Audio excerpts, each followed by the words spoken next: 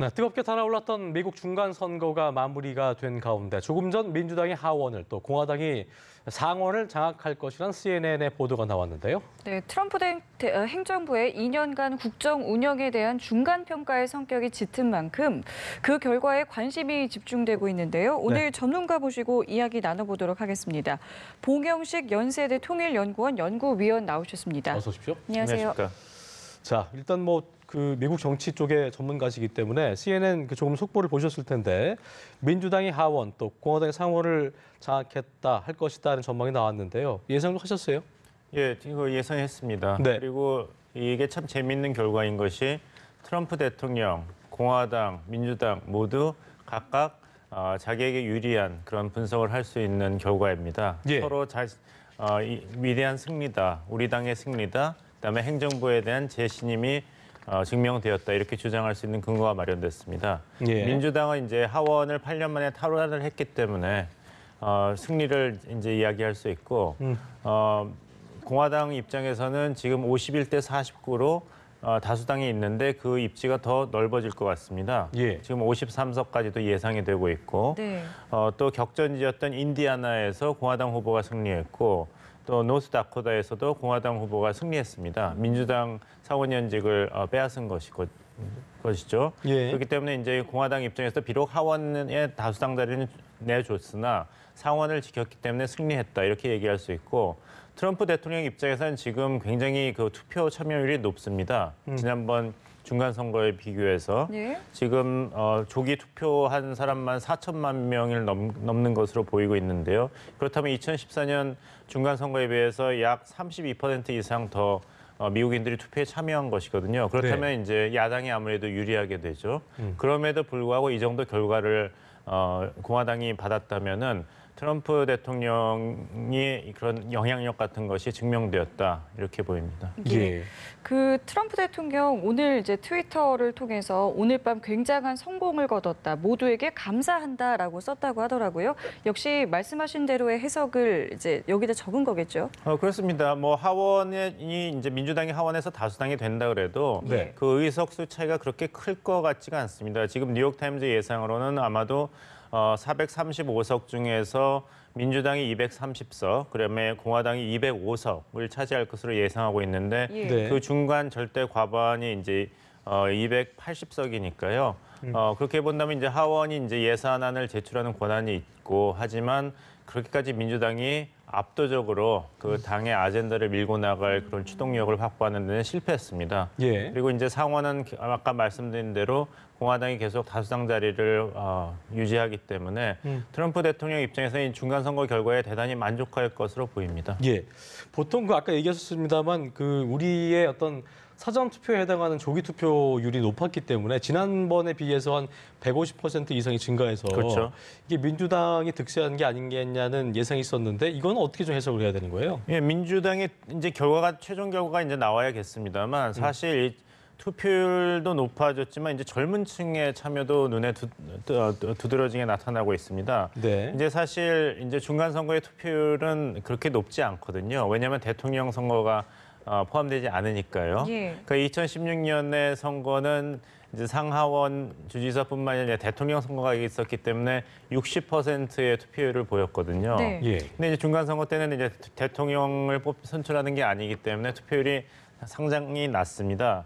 근데 거기에 비하면은 이번 중간 선거에서는 특히 젊은 층, 18살에서 29살까지 젊은 층이 약 20%가 투표하지 않을까 이렇게 예상되고 있는데 예. 이렇게 된다면 1986년의 최고 기록인 21% 참여율을 깰 가능성도 있습니다. 2014년에는 16%밖에 20대 유권자가 참여를 안 했는데요. 네. 그리고 30대 층에서도 2014년 중간 선거에 비해서 적극적으로 참여하고 있다. 이런 증거가 나타나고 있는데 특히 뉴저지, 텍사스, 네바다, 조지아주에서 두드러지게 나타나고 있습니다. 예. 그럼에도 불구하고 공화당이 이 정도 결과를 가진다면은 트럼프 대통령 입장에서는 크게 잘 방어했다 이렇게 주장할 수 있습니다. 예.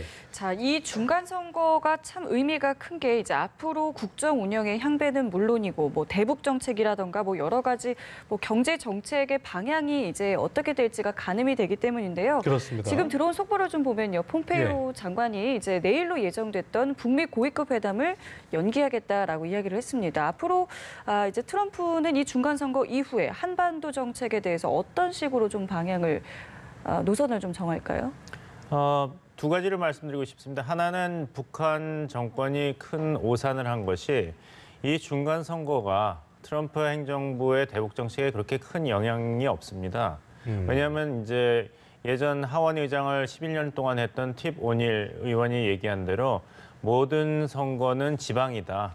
지방 이슈가 중요하지 이렇게 큰 북핵 같은 문제가 지방 선거를 좌지우지하는 이슈가 될 수가 없거든요.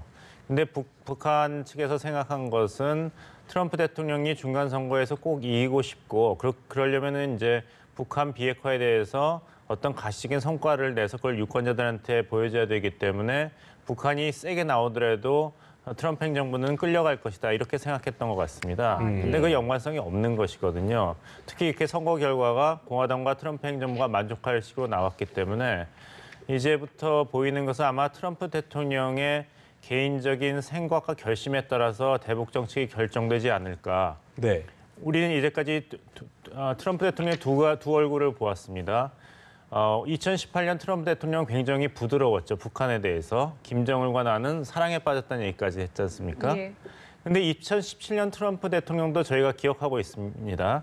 화염과 분노 발언을 했고 북한 완전 파괴 발언도 했고 조그만 로켓맨이 지금 자살 시도를 하고 있다 이런 발언까지 했지 않습니까? 예. 중간 선거가 이제 끝났습니다. 트럼프 대통령은 굉장히 이렇게 폭넓은 그런 결정을 이제 대북 정책에서 할 수 있는데 2017년에 화염과 분노의 트럼프 대통령이 등장할 것인지 아니면 계속해서 2018년에 북한한테 그래도 계속 대화의 기회를 주는 부드러운 트럼프 대통령이 나올 것인지 저희가 지켜봐야 될 것입니다. 네, 어쨌든 지금 뭐 전망이긴 합니다만 하원을 민주당이 차지할 것으로 예상이 좀 다수가 앞설 것으로 다수당이 될 것으로 예상이 되면서 어쨌든 트럼프 대통령이 대북 정책에 대해서 독단하는 것에 대해서도 좀 브레이크를 걸 것이고 그렇다면 지금의 어떤 속도보다는 대북 정책 속도에 있어서 좀 더 완만해질 수 있지 않겠냐는 예상도 있더라고요. 그렇게 좀 봐야 될까요? 그렇죠. 이제 하원에서 그런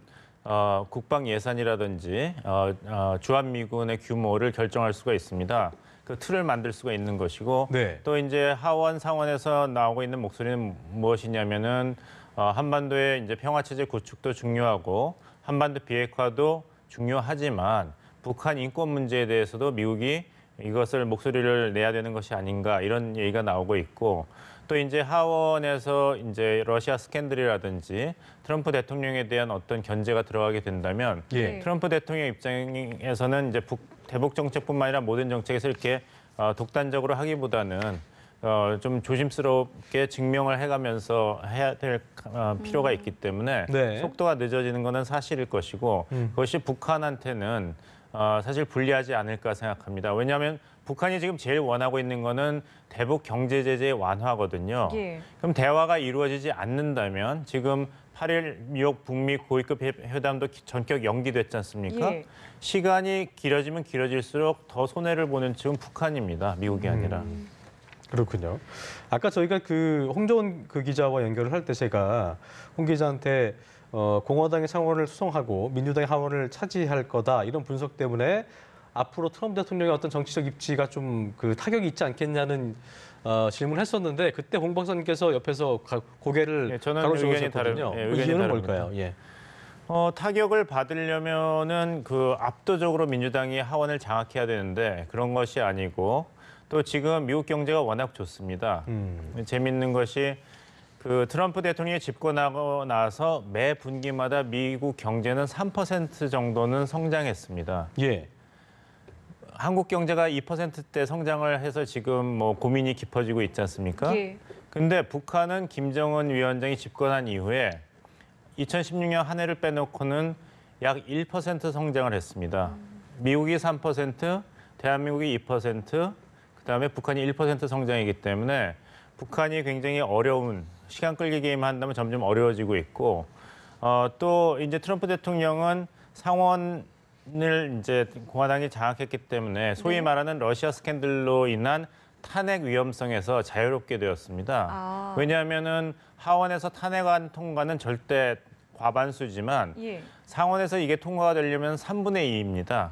근데 공화당이 뭐 절대 다수 자리를 차지하고 있으면은 예. 이 탄핵 조치가 경제도 좋은데 꼭 이렇게까지 대통령 탄핵을 해야 되는가. 그리고 상원의 이런 세력 분포를 봤을 때 탄핵안이 통과될 가능성도 낮고 하기 때문에 네, 트럼프 대통령으로서는 그 걱정거리가 많이 해소되지 않았나 싶습니다. 예. 네. 그 트럼프식 경제 정책에 대해서도 좀 짚어보고 싶은 게 지금 이 무역 정책에 대해서 참 이야기가 많잖아요. 이 부분은 좀 어떻게 진행이 될까요? 아마 그 트럼프 대통령만큼 선거 때 공약을 잘 지키는 대통령이 없다는 얘기가 나오는데 예. 계속해서 우리는 공정무역을 원한다. 그렇지만 다른 나라 입장에서 보면 이건 공정무역보다는 미국 우선주의의 어떤 강한 무역 정책이 되겠죠. 그 기조를 계속 유지할 것 같고 이런 면에서 본다면 이제 문재인 정부가 여러 가지 고민이 있었습니다만 한미 자유무역 협정을 일찍 재협상하고 결과를 냈다는 것은 네. 굉장한 치적이 아닌가 생각합니다. 일찍 부담을 덜은 것이죠. 그렇군요.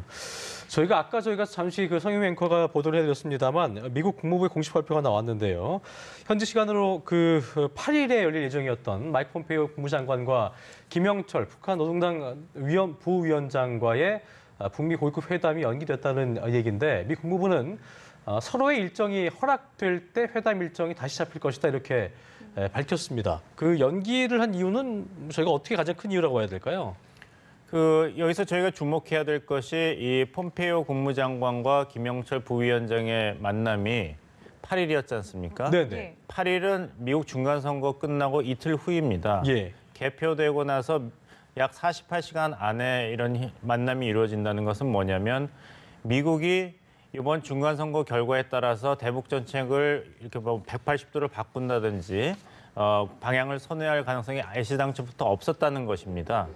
중간선거라는 영향을 받지 않는 틀에서 북한과 회담을 한다는 것이었기 때문에 북한이 어떤 패키지를 가지고 오느냐에 주목을 했을 것입니다.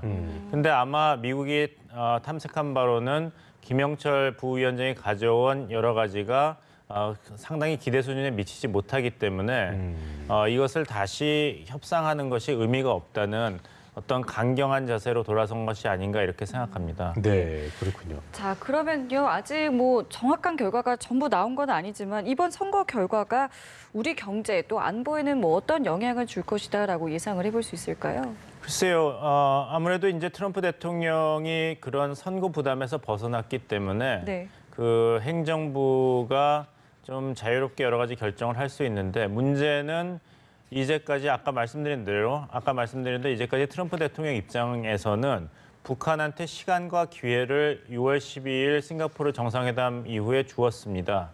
근데 아직까지 만족할 만한 결과가 없다는 그런 판단이 점점 굳어지고 있고 이것은 비단 트럼프 백악관만의 판단이 아니라 상하원에서도 이런 것을 지적할 가능성이 더 높아졌습니다. 결과가 어디 있는가? 예. 시간이 많이 지났는데 그렇다면은 앞으로 북한과 미국 간의 이런 대화 분위기가 경색되지 않을까 생각하고 또 트럼프 대통령 입장에서는 봐라, 나는 재신임을 얻었기 때문에 나의 네. 경제 정책이 이런 자유무역 그런 원리에서 많이 벗어난다 하더라도 네. 적어도 미국인들은 지지하고 있지 않은가. 예. 그렇다면 계속하겠다.